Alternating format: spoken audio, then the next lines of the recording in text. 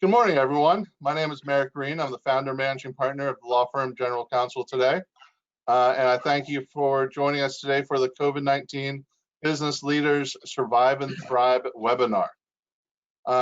Today we have a number of business leaders who are going to be speaking to you about their particular experiences as they've been running their businesses and helping clients through the COVID-19 experience that we've all been living through. And then we're going to have a roundtable where we'll all collectively talk about certain issues. So just quickly moving forward, as you have questions, please, there's a questions tab within the GoToWebinar sidebar. Please post your questions there and we will be sure to address them. Quick thank you first to the Washington Executive Association. All of the speakers here, the panelists today, are members of the Washington Executive Association.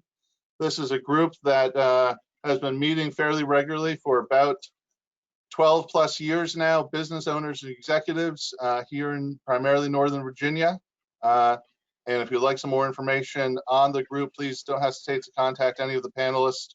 Russ Rowzie, one of our panelists today, is our current president.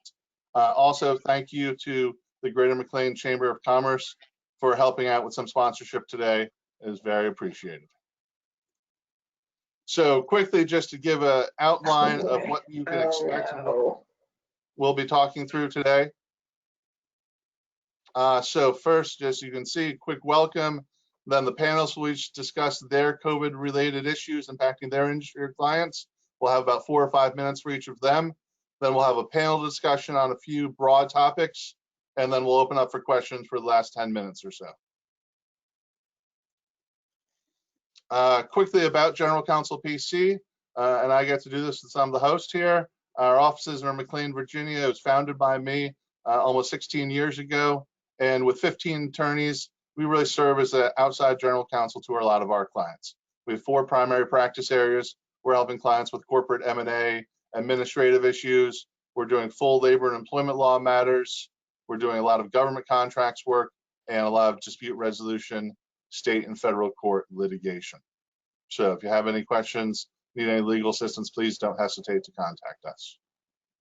So quickly, here is our panel, and I'll let each of them, give a short introduction as they start speaking.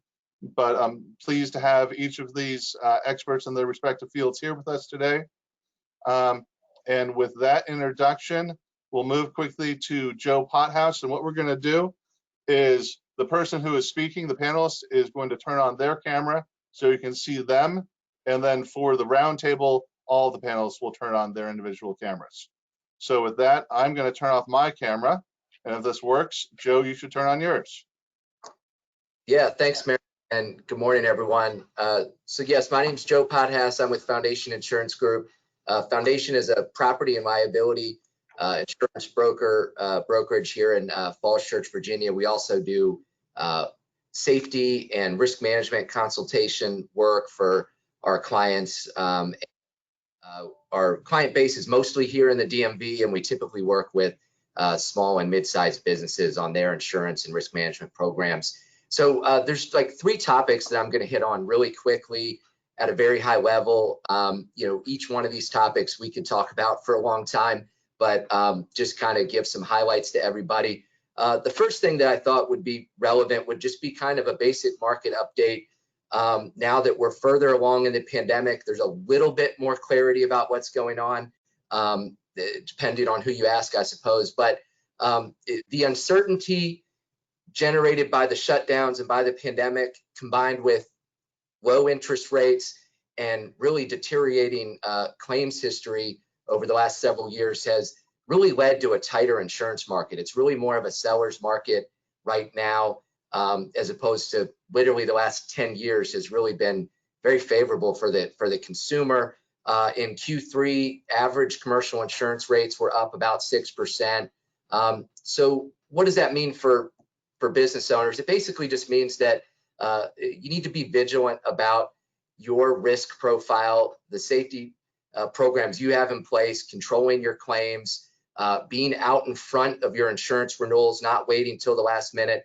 Those are the businesses and the accounts that are going to avoid the negative impact of a tightening market. Loss of business income is a really hot topic. Most folks know by now that insurers have denied claims for loss of business income related to the pandemic. That's a controversial topic. There's a lot of litigation going on. Right here in our local area in Washington, D.C., the courts recently ruled in favor of an insurer denying the claim. Of course, what insurers are hanging their hat on is that the pandemic did not cause any direct physical damage to anyone's property or business.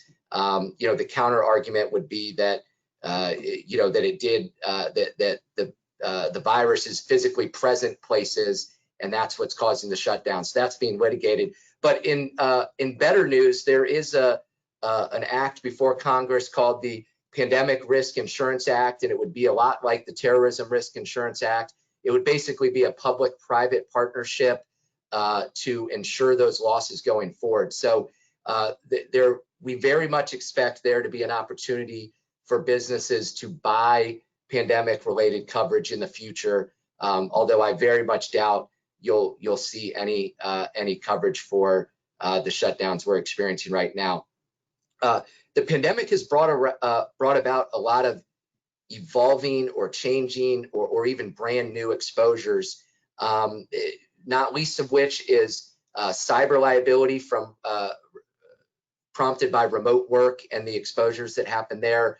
People are on their own Wi-Fis. They might be using their own machines. They might be, you've got your kids around, maybe hopping on your computer. There's a lot of new exposures there. Workers' comp is also a hot topic. Right now, insurers are saying that COVID is not covered by work comp because it can't be proved where someone contracted it. Did you contract it at work? Did you contract it at the grocery store? But a couple of states are putting out what they call presumption laws, and they're saying that we're going to basically presume that you contracted the virus at work and compel insurers to cover that under workers' compensation. California and Illinois are the only states right now. We'll just want to keep an eye on what other states take that up, because that will have a very large impact on the workers' comp market and ultimately rates and in terms for employers. So that's really it for me. Those are kind of the big topics I wanted to touch on, and obviously look forward to any type of Q&A afterwards. So yeah, I'll turn it back to you, Merritt. Thanks a lot. Thank you, Joe. Just real quickly, as your clients are going through a renewal process, are there significant changes that they're considering for their business insurance? It's a good question. One thing I didn't mention that I'm glad you bring it up is that, if you were not a buyer of directors and officers liability or employment practices liability historically, a lot of people are changing their mindset on that. So, directors and officers covers suits related to mismanagement of the company, protects those directors and those officers. Employment practices liability covers suits around employees suing a company for discrimination or unsafe workplace conditions, other employee-related issues. So it's a volatile time for the employer-employee relationship right now. And so those coverages in particular are definitely at the forefront. And I would encourage folks to look at that, at least know what the cost might be and what coverage you might be able to buy, and then make an educated decision about that with your broker. But don't just hope is not a strategy, right? So anyway, thanks, Merritt. Great. Well, thank you so much. And as you can see, we're going to move on to Mark Stevenson, who's the founder and president of SmartHR. Mark, I guess you'll turn on your camera, and hopefully this all works, and we'll go from there. Good morning, everybody. Sorry about the dim lighting here. I'm having a few lighting issues this morning, but welcome to everyone. And just an overview of SmartHR. We're an HR outsourcing and consulting firm based here in Alexandria, Virginia. It's our 20th year in business. We have about 75 clients where we run the HR department for smaller organizations between 20 and 100 employees. So, we're a good fit for organizations that are growing and have reached a point where a professional HR resource is needed. Maybe some organizations are having an office manager or a CFO handle that role among other titles. So yeah, that's what we do. We've been doing it for a long time. We're a 20-person company, and so I have a lot of personal experience with running SmartHR, but we also have the insight of 75 other business owners that we hear from every single day, and we coach every day on this. So I'll take a broader brush at it a little bit than just the SmartHR perspective. But first off, I mean, I've been really impressed. Flexibility is the word of the day. I mean, organizations have been flexible and resilient and made the necessary adjustments. I mean, that to me, and if you look at this at the 30,000 foot view, I mean, it's why our country's so great with entrepreneurs and business owners, because people have done some amazing things. Clients of ours have done some amazing things to make this work for them and their employees. So I'd just like to start there. I think that's to be commended. But from there, it's what we're seeing is just organizations that can work remote are working remote, and they're being flexible about when to bring clients back or when to bring employees back into their offices. So I think that's been really key. And what we've seen from that is most employees are responding in a big way, very positively to that situation, and they're grateful for the opportunity to be able to be remote and maybe have less exposure to COVID. But what we're also seeing is the A players are knocking the ball out of the ballpark, and the slackers are slacking more than usual. They're using this as an opportunity to hide out. So the cream is definitely rising to the top, and that's just one thing we've seen over and over again. The other thing I mentioned that maybe isn't so obvious to everyone in the call, I'm trying to stay away from the really obvious points today, but the collaboration. Organizations with remote work and not having as much face-to-face contact, at least in person, are trying to figure out ways to collaborate and to work and to stay connected. During the first few months of COVID, talking March, April, May into the summer, I didn't see a big drop-off in client productivity or work relationships or collaboration. People knew their teammates, and people were able to manage Zoom calls and department meetings remotely. What I'm seeing now as we get into approaching 9 months towards a year of this, it is starting to degrade. You can't do that forever. In other words, you know your job, and you can do that for 3 or 4 months. But if you do that for a year, something gets lost. You start to not feel connected to your team. The company starts to hire new employees. You've never met them, so you're talking on the phone or on a Zoom with someone you really don't know well. You don't know, them personally. So, so there's some challenges there for some organizations that are used to working remotely or used to working together. Architect firms, that we work with, they do a lot of collaboration and kind of building off each other's ideas to do their work. And, you can only do so much of that on a Zoom call. So we have seen that take place in the last 3 or so months, the collaboration and becoming a little bit more disconnected than we did in March and April. Another thing that's going to come of this, the future is going to change. The future of the workplace is going to change, and just like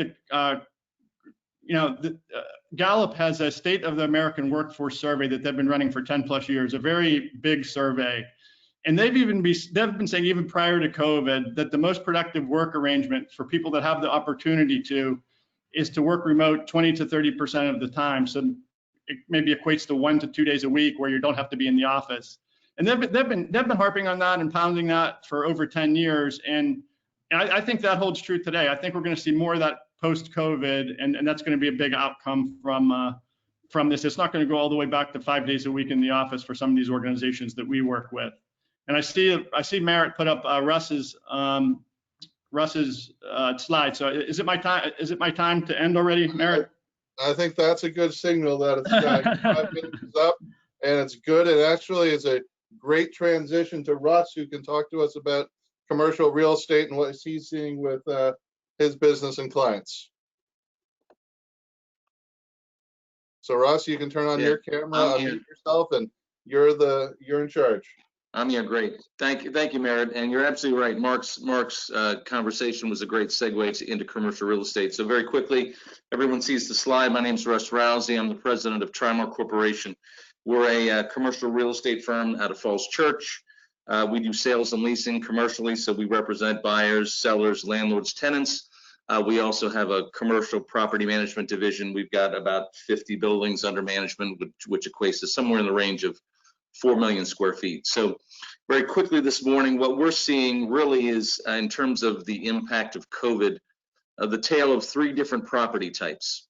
So the first property type in general, industrial, warehouse, flex, we've seen relatively little impact in that property type, both on landlords and tenants. In general, those tenants are paying their rent. I can tell you from personal experience that that space is still leasing very aggressively. There's people who are looking for that space. It's not staying long, and we're talking about Maryland, DC, and Virginia. So if you're an owner of commercial real estate in the industrial, warehouse, and flex market, congratulations, you've been relatively unimpacted relative to the other segments of the market. On the other extreme, and everybody probably knows this answer, you don't need to be in commercial real estate to know that, is the retail market. In particular, what I'll call the neighborhood retail market, where you've got your shop in that local neighborhood that has that one single sole operator. They have tremendously suffered, and consequently those landlords have tremendously suffered. We have been dealing for months and months and months to figure out how to keep those neighborhood operators up and running.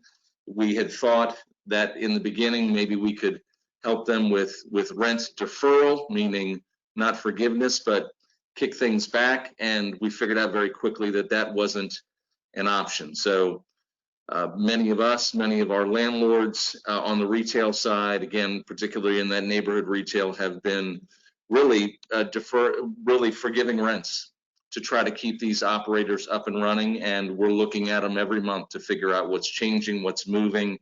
But we've got a lot of people that are suffering. Probably many of you have seen in your local neighborhood retail that people who've been around for a long time are no longer there. People who own commercial real estate are trying to stop that and to help them and to partner up and share in the suffering. So that's on the other extreme. It's an interesting mixed bag on the office side. I think it really depends on the type of tenant that you are. Now, many people, whether it's industrial, retail, or office tenants, were very much helped by the PPP money. So thanks to the government for that. But relative to what we're seeing in the office market, nonprofits, organizations that count on grants, government funds, private donations are very much suffering. We're having very similar conversations with many of those tenants about how to get past where we are, how to get into 2021 and still stay alive and survive. But really more than that, I think what we're seeing on the ground is we're going to have the longest term impact and change, I think, which again ties in very much with Mark said a minute ago, is you're going to see the office market change. And again, what I'll call the neighborhood office market.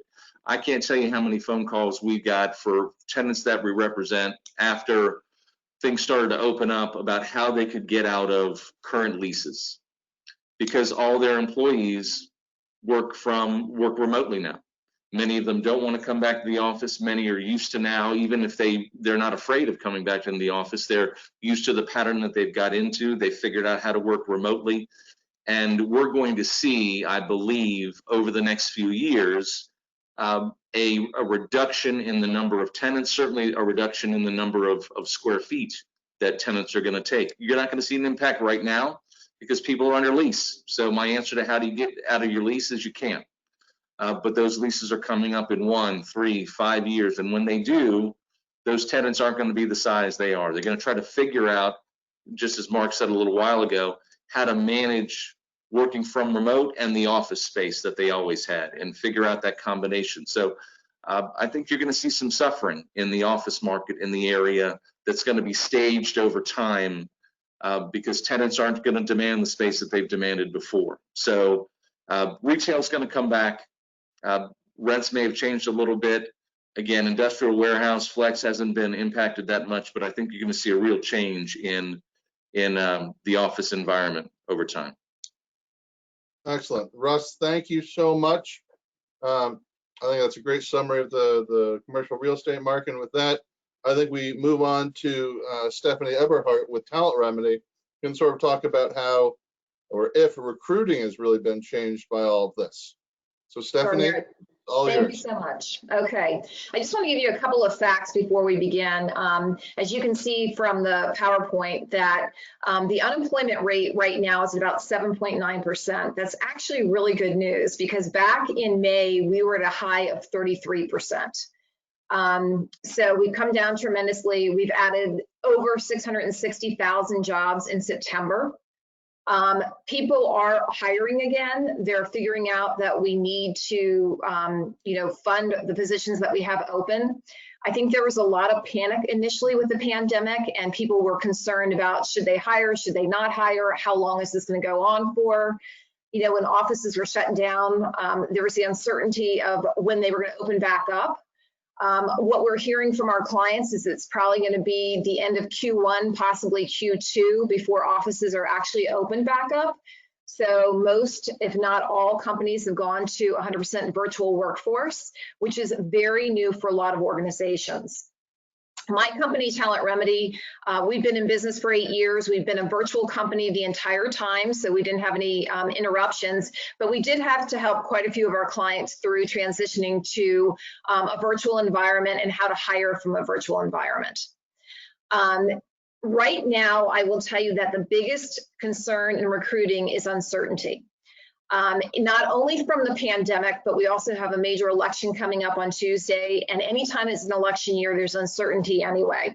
So companies are trying to, again, figure out, should we hire, should we not hire, and when we should hire. So what I can share with you is there is some good news. There's some really strong industries out there.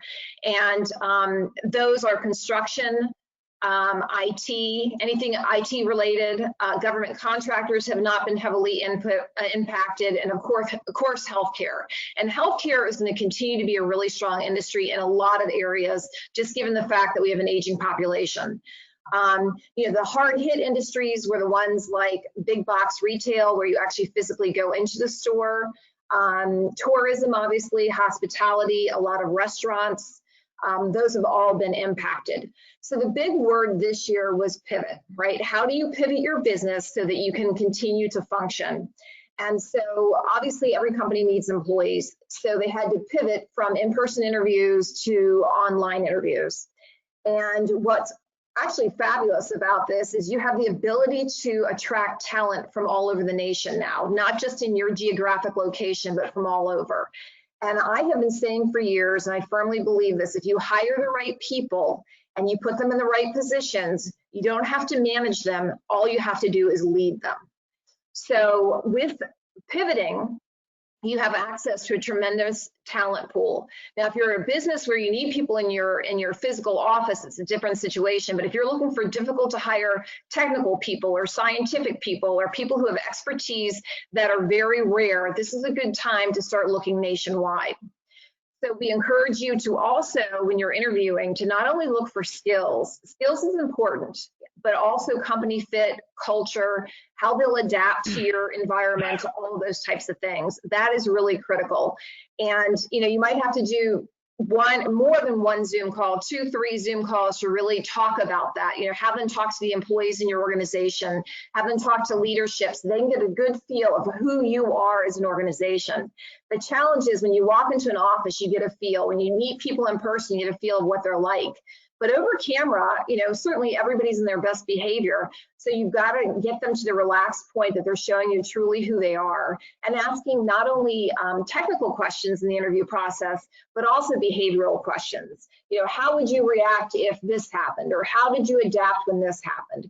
So in closing, what I want to say is stay positive. 20% of the folks that we talked to this year are hiring in Q4.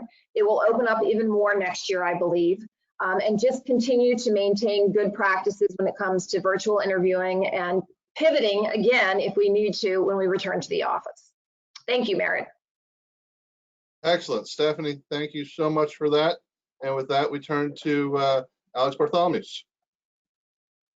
Yeah, thank you for that. And I'm going to build on some of the things that Stephanie said, because I think she shared some amazing insight. So my name is Alex Bartholomaus. I'm the CEO of People Stretch Solutions. We're a management consulting firm focused on sales growth consulting, C-level advisory, and OKR consulting and strategy. And so our focus, we spend a lot of time talking to companies about growth. And we've been fortunate enough that with a lot of our clients, they have persevered through the pandemic. But there's two things that I want to talk about. One is, the challenges around managing sales virtually, because I think that this is impacting everyone. And there's 4 aspects where it's challenging them. First, and building on what Stephanie said, sales hiring.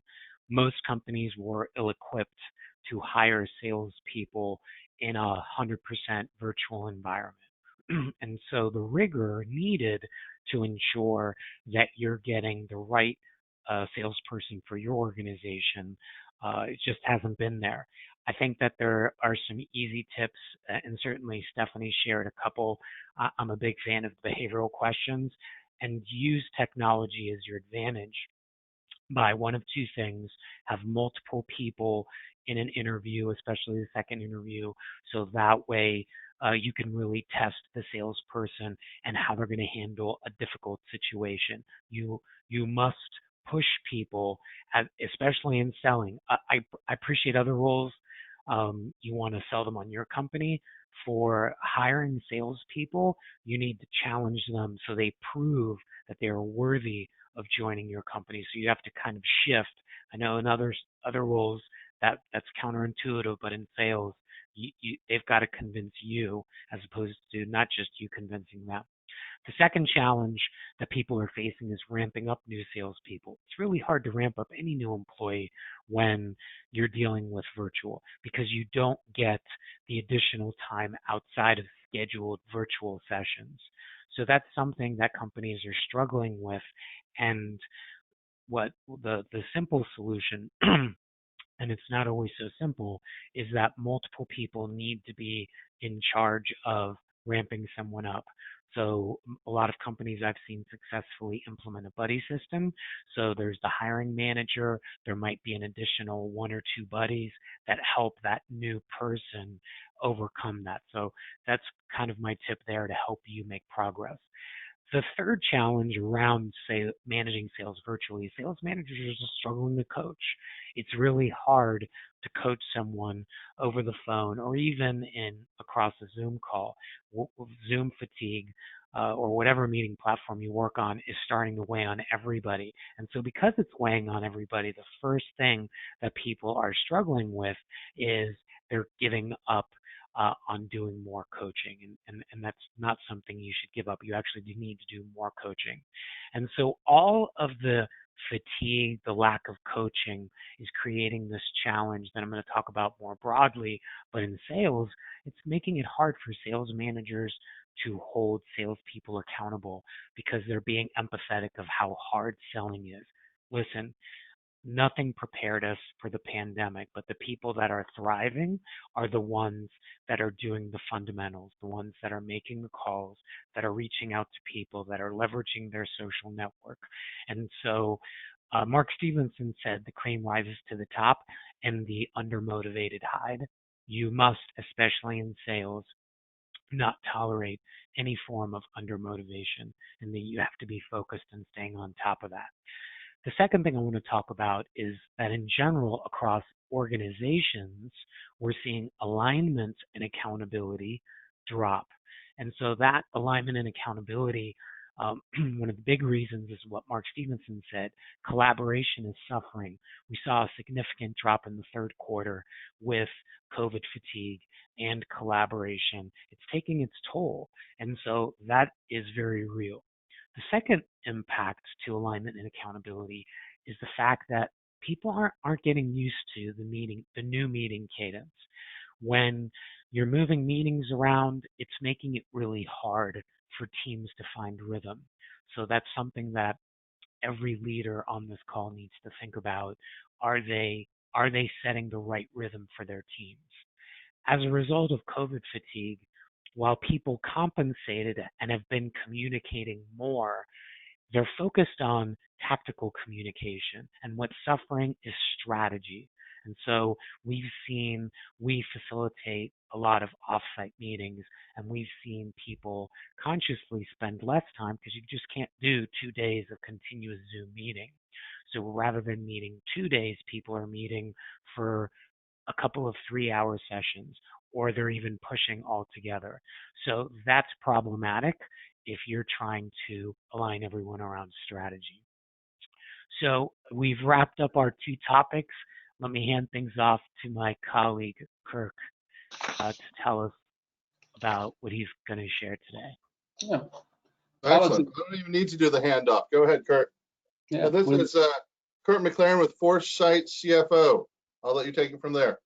Hey, thank you. And Alex, I mean, I always like learning. You've been so helpful to the team on, how to get, the right people in the right seat selling. So my name is Kirk. I'm the CEO of Foresight CFO. In addition, I teach financial management at Georgetown. So naturally, I'm going to speak about financial controls and how they help CEOs gain clarity and confidence in going forward with their business. 2021 is coming fast. I mean, November is here, December, and then we're off into the first quarter. And so, Merritt, can you advance to the next slide? And we're right now, some of the fatigue that Alex is describing and the changes that my other panelists are describing, it's massive. And supply chains are drying up, and looking for the right customer that actually has the cash to pay you for what you do. It's some pretty big questions for many of us to figure out where to pivot or how to go forward in our existing markets. So speaking to financial controls and why are they important to us? How do they give us clarity and confidence when we're making our decisions? What we're seeing right now is many CEOs just don't have the financial information, the numbers to know what's going on in their organization to make the right decision. And some examples that we're seeing is in the financial statements, the costs associated, the direct costs associated with delivering a product or service. A lot of CEOs really don't know what that number is. They kind of, on a swag basis, they get it. And where that impacts the CEO is when you're sharpening your pencil to be more competitive pricing so that you win more customers.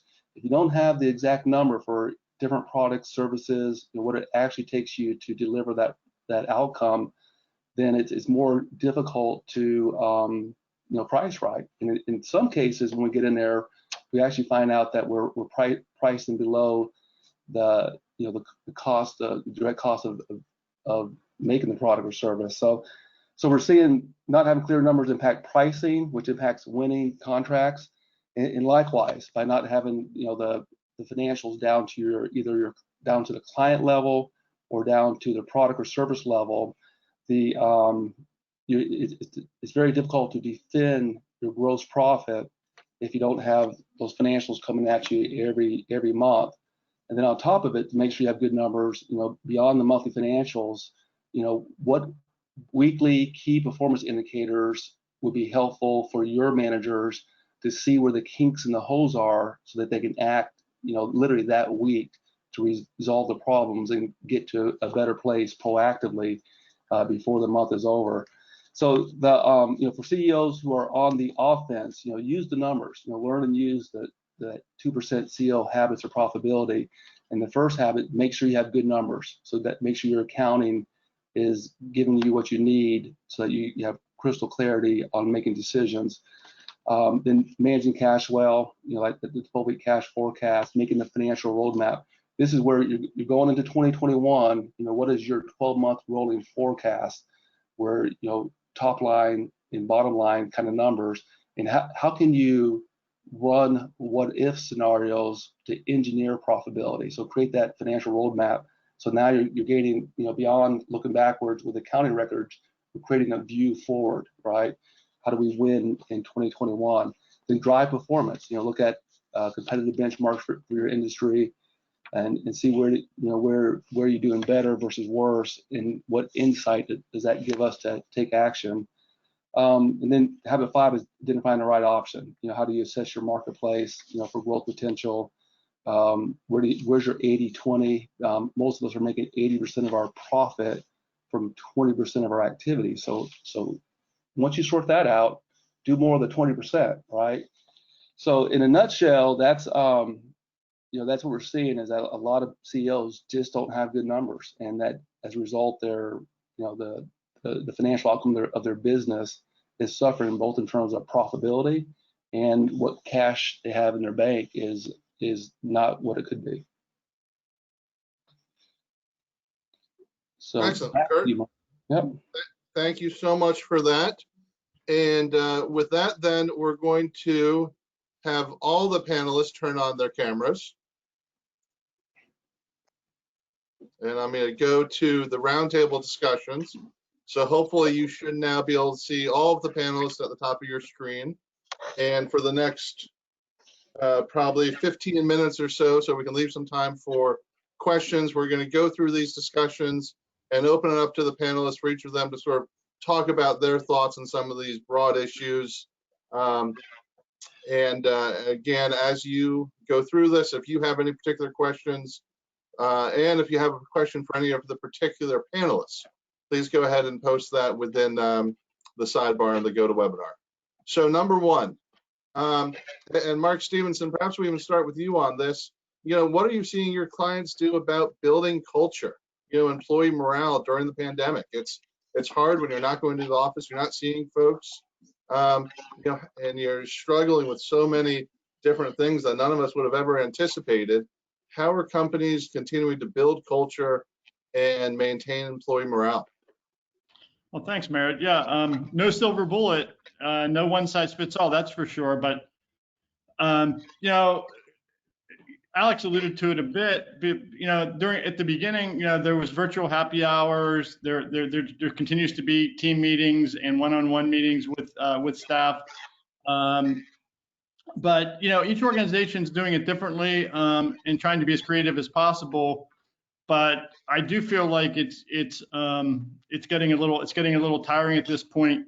I would like to mention one other thing, though, Merritt, too, that I took a note while we were speaking, while Kirk was talking. There really seems to be two different camps. There's the camp of organizations like Stephanie's and Kirk's that are built to be 100% remote, and they name some of the reasons why they think that works well. Then there's other organizations that we work with, like architect firms and others, who are really believe that the office collaboration is critical. So I think that's just important to point out. If you build an organization to be 100% remote, then you can build around that to try to build in as many touch points as needed, like Stephanie and Kirk have, to try to make that work. For other organizations, that's just not what they view as acceptable. But that's just what I noticed. About half and half on the panel. It was like different types of organizations, are working different ways. I see Alex wants to say something. Yeah, go ahead, Alex. And then I would like to get, I know, Russ Rowzie, you have employees both in the office and in the field. And Joe Potthast, I know you've been trying to open up your offices. What have you all both been doing about firm culture after Alex goes? So one thing I will share, and it's a good follow-up to what Mark was saying, is that I think the reason people are having fatigue, it's because they haven't been talking about things that actually matter. And yes, they have to socialize, they have to connect, to decompress. But I think the next phase is to actually be focused on how they contribute to the success of the company. And then the company has to understand what's important to them. So in some cases, it's listening and helping and supporting, especially with all of the diligent professionals who have children at home and are trying to balance the job and helping the kids go to school. I think one of the key things that people need to do is really focus on what the conversation is in order to really, make the virtual connection more meaningful. I think that's right on. Russ, you want to go ahead? Well, I can tell you what this is. I'm now in my 30th year, so I've seen. Obviously, I've never seen a pandemic, but in terms of just markets going up and down, what I've been doing here with our company, and we have about 40 people, is telling them that there's a tremendous opportunity in the market, and when there's status quo, things pretty much stay the same. You stay in the position that you're in. But when there's tremendous change, and there's been very little, there's been tremendous change, obviously, in the last 9 months, that means opportunity. And so Alex is perfectly right in terms of flexibility and understanding how people participate in that, given the challenges that COVID brought. But the general theme for us here is be excited for your business and how you can participate, because there's opportunity that there hasn't been before. We can change our position, we can grab market share, we can do things. When everyone's running to the right, we're going to run to the left. So I've been screaming that with our staff, with my other clients, that try to figure out what the opportunity is and continue to push forward. And when everyone is afraid to do anything, do what we need to do, obviously safely and everything else. But let's look at this as an opportunity to change our position and to see where we are when this is all over, or when it gets settled down. So as I said, I've been in a lot of up and down markets. I have seen this happen over and over and over again, about with companies just being phenomenally successful in challenging markets when they're pushing forward and everybody's running away. So that's what I've been preaching. Then the challenge is to how to do that individually with the challenges you may have at home. Kids, Russ, older, things. Any differences, Russ, in between what you're seeing with your employees working in the office and all of your employees who are out, doing mechanical work and out in the field? Different ways to motivate those different type of employees. So it's been motivation a very similar way.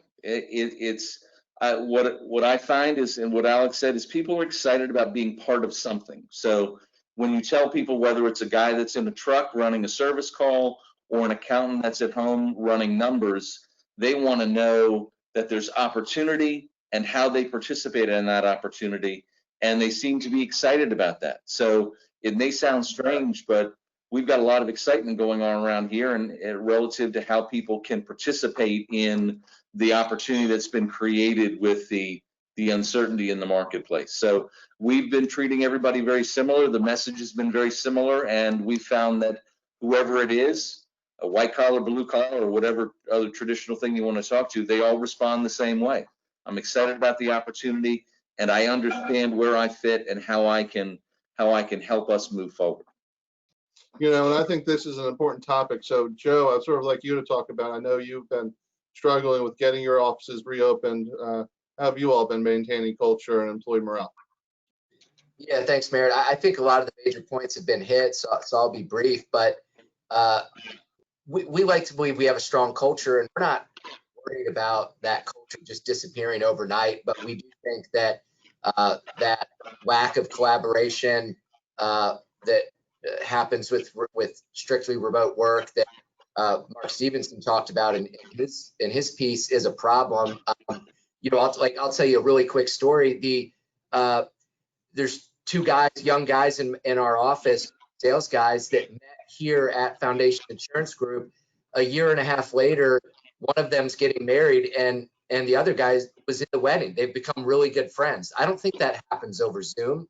That happens because their offices are right next door. And I think that friendship weighs into a stronger culture here at work for us, and ultimately has a positive impact on our business. So everyone doesn't have to be best friends, but we want people back, and we also want to accommodate those that want to work remotely. So we're just trying to walk the line, and we haven't found the answer yet, but part of what we're doing is communicating that, hey, the expectation is that whether it's part-time or full-time, we expect to see your face every now and again, you know, so that's kind of where we are.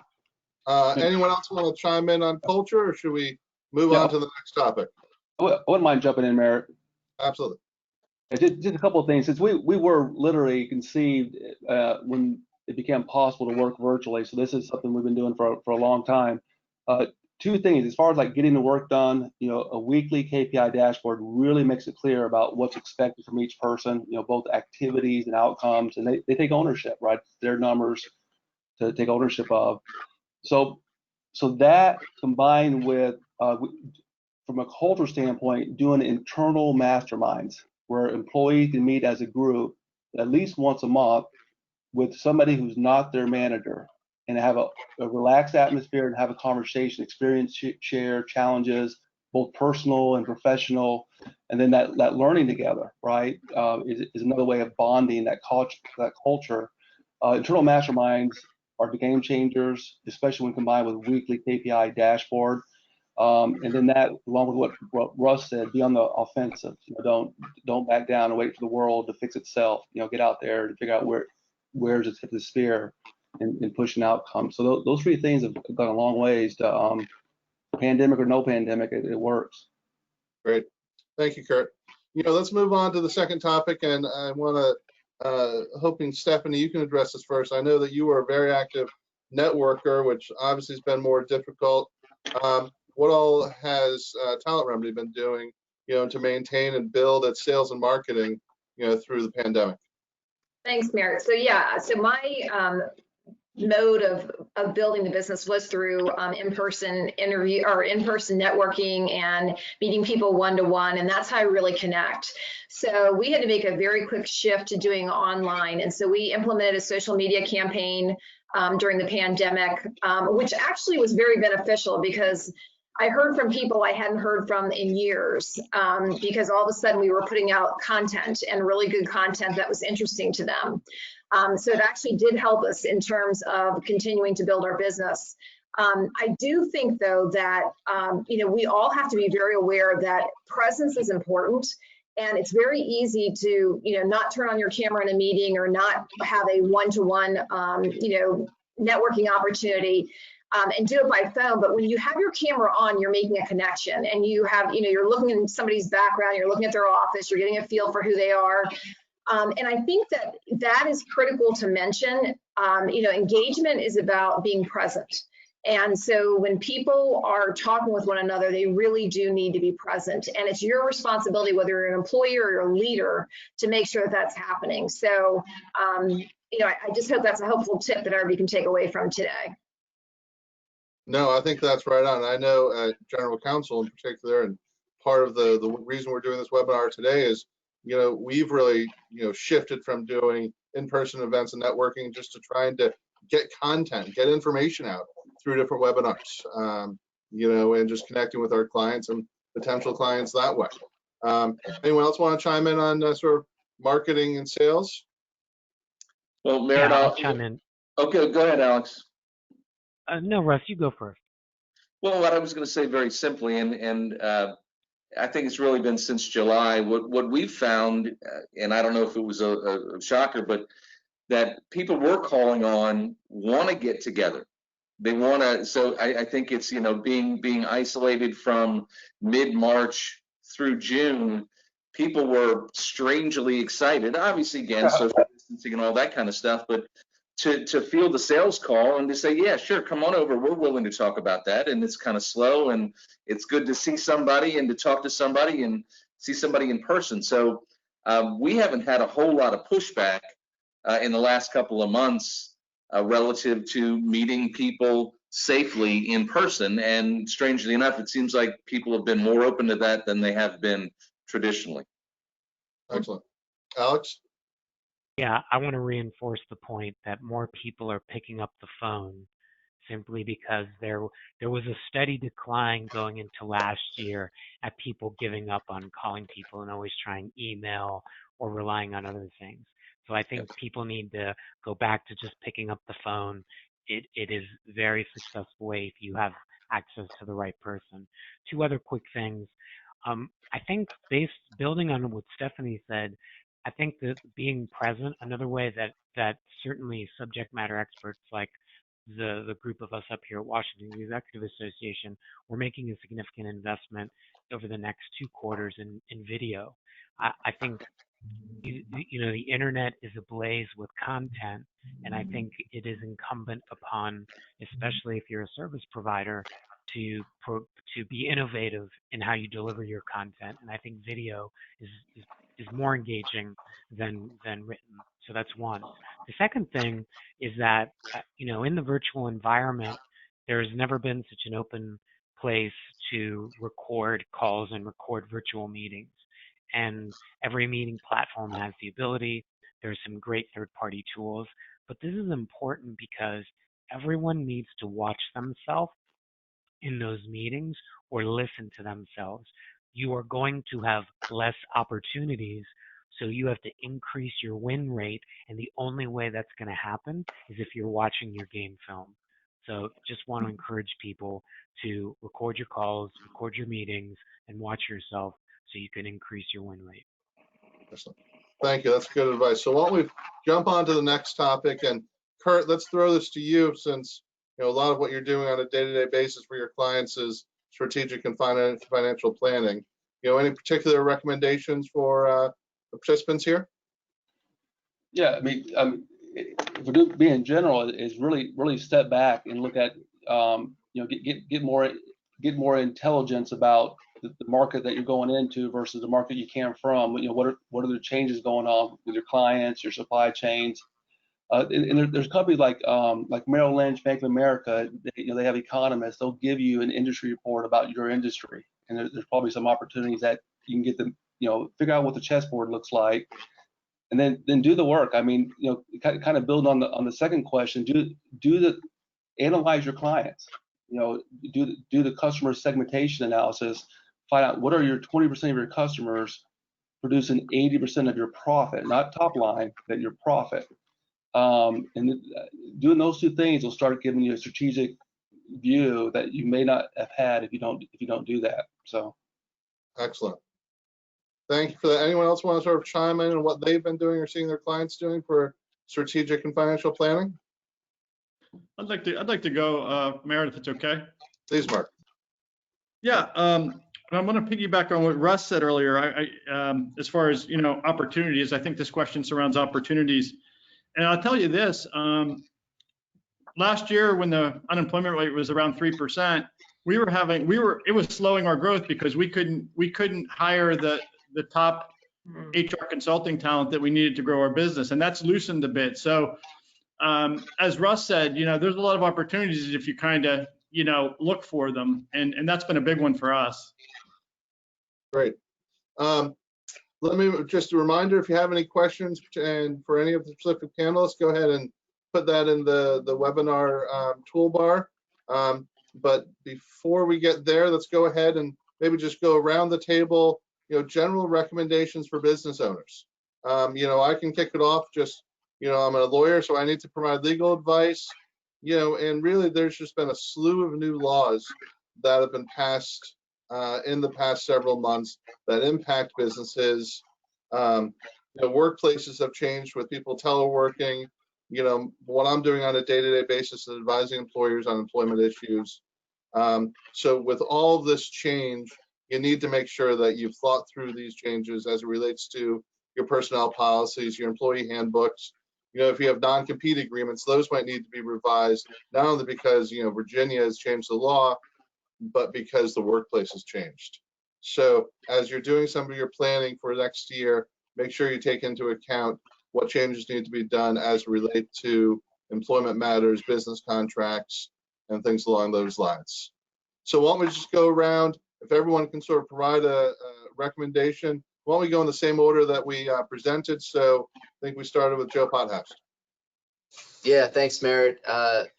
You know, I'll just speak to my particular position and what we do. I mean, every business is different. Every industry is going to have different challenges. But from an insurance and risk perspective, I just encourage business owners to be vigilant about, you know, how the changes to their business might change their exposure to claims or other things that could hurt their bottom line. I mean, you talked about new laws. How does your insurance coverage respond to that? If there's you know, issues around that with suits, employee suits, et cetera. So I don't mean to sound doom and gloom, or but it is something where I think if you were in coast mode with your insurance program for several years, it's time to get out of coast mode and just kind of look at what you've got and engage your broker, you know, engage your team and that sort of thing. So that would just be my piece. And yeah. Great, thank you, Joe. On to you, Russ. Mr. Rowzie. Sorry about that. I was on mute. So I'm sure Mark mentioned this earlier. What I would say is flexibility with your staff. I mean, we're fortunate that we've had a lot of staff that have been with us a long time, and we have specific measurements to measure performance, and everybody understands what they need to do. But to be very flexible. I mean, I think, and Stephanie will probably say amen to this, that people are really valuing in this time flexibility to be able to do their job however they can do it, whenever they can do it, wherever they can do it. And so to be flexible proactively, we gave everyone an allowance to set up their home office, to equip their home office if they could work from home. We gave them money to do that. So just to be very, very flexible with people. And because just as Mark said earlier, everybody's hunting for great people. And if you want to keep your great people, you need to make sure that you can work into their lives and be flexible with what they need to do and what you need to accomplish as a business. Great. Thank you, Russ. You know, Mark Stevenson, that's probably what you were going to say. What can you add on to that? Yeah, no, just strong leadership, flexibility. You'll be, as a business leader, you'll be rewarded for it. I mean, the good people are thankful for it, and will work hard for you for it. Excellent. Stephanie? So I do have to echo what Russ was saying. Flexibility is really, really important right now in hiring, but also accountability is really important. So Alex had touched on this a little bit. You can't let people make excuses for not doing their jobs. And we certainly have to be empathetic to certain situations, but you know, with the tools that we have available now to do our jobs, we have to make sure that we're holding up our end of the bargain as leaders and as employees. So if I say anything, be flexible, but be accountable as well. Superb. Alex Bartholomaus. So I'm going to build on that. I think there's a commitment. I think everyone needs to recommit to 2021 because we didn't know what we were going to get into in 2020, but we know that in 2021 we should expect what we just lived, and hopefully it'll get better sooner. But I think we have to manage our expectation. So if we want to have, if leaders out there want accountability, you must start with a commitment. You can't have accountability without a commitment.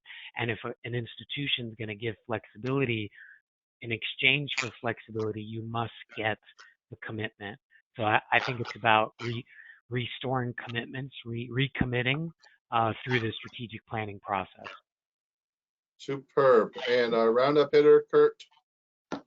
Yeah, just bring it home. Use the numbers to gain clarity and confidence, right? Build out your 12-month rolling forecast into 2021. Do the what-if scenarios to find a better way to engineer profitability, and then execute by the numbers. Come January, Happy New Year, January 1st, hit it, right? So that's use the numbers. Excellent. Thank you for that. So just quickly, this has been part of a Back to Work Employment Law series that Mark Stevenson with SmartHR and General Counsel PC has done. This was sort of a bonus session that I thought would be helpful for everyone, and I hope it has.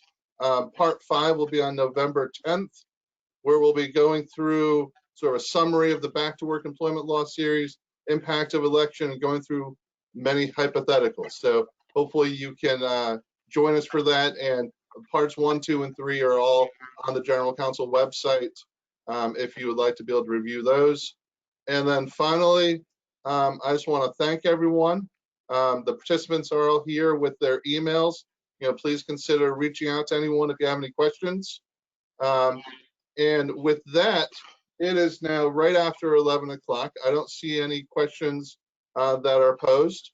So I think in respect to everyone's time, I think we should wrap it up. But please, thank you for joining us today, and please consider following up with any of the panelists. And for all of the panelists, thank you so much for participating today. Hopefully this is going to be one of the first of many that we do of similar panels made up of Washington Executive Association members. So thank you, everyone, and take care. Thank you all. Thanks, everyone. Yeah.